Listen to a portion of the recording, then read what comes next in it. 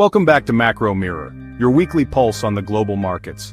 I'm here with the roundup you need to stay ahead of the curve, so let's jump straight in. The big story this week?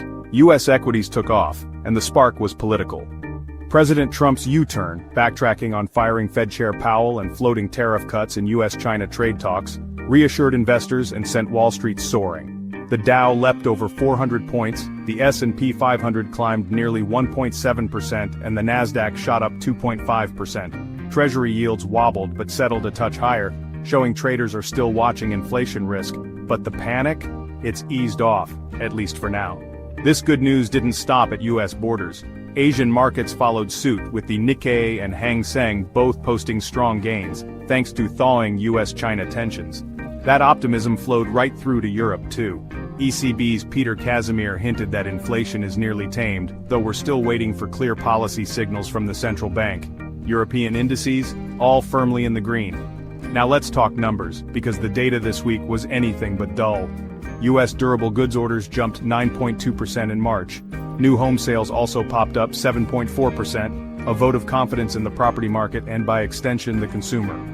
Looking to Europe, the Eurozone delivered a 24 billion euros trade surplus, handily beating forecasts and signaling robust export momentum. Even New Zealand got in on the act, logging a trade surplus close to $1 billion NZD. Global trade?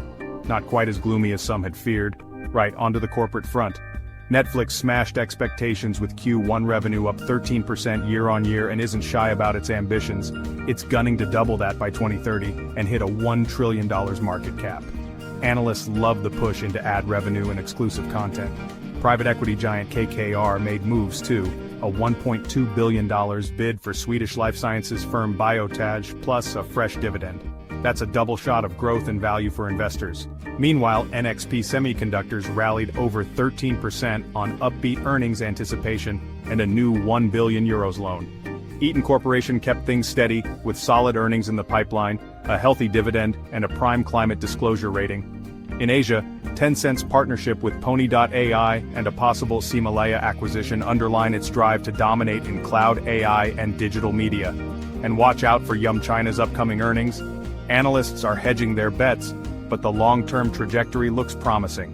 So, to sum up, this week, markets got a boost from political clarity, strong economic data, and smart corporate plays. Sentiment is cautiously optimistic, but the road ahead's still bumpy. That's your MacroMirror market update. If you find these insights valuable, don't forget to like, subscribe, and turn on notifications. See you next week for another breakdown of what matters in global finance. Cheers for watching.